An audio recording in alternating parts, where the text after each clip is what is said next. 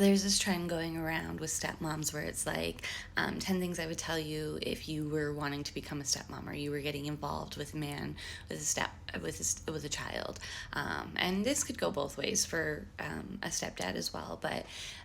one of them for me is, and there's lots of funny ones and like not so funny ones, but for me, two of the biggest things that I've learned that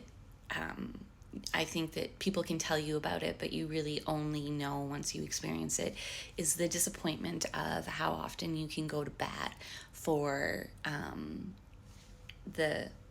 other parents, so from the other household, or go to bat for the other household, and they can just miss it entirely and leave your kid disappointed and hurt and pissed off, even. Um,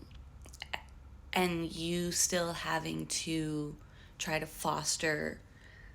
something of a healthy relationship, partly because the court forces you to, but partly because, yes, having both parents is healthy for the child when there's not abuse. It's even harder when the court forces you to foster that relationship and there is psychological abuse, because it's harder to prove.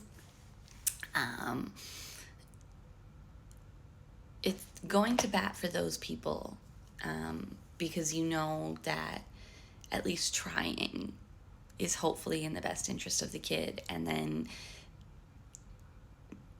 that parent shows up in the worst way, and you're like, cool, I went to bat for you. I said that you weren't going to disappoint the kiddo,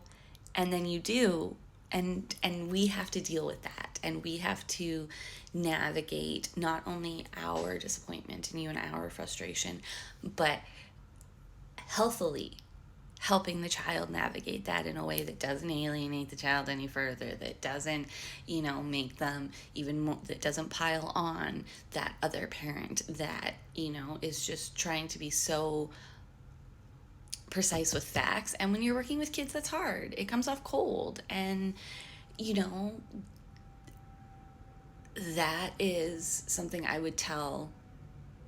a new step parent. Get ready, because you're going to deal with so much unexpected, and you can hear all the stories in the world and you can hear other people's experiences, but yours is going to be so different, and at times it's going to be lonely, but you're going to have this beautiful family and lean on that family for support, and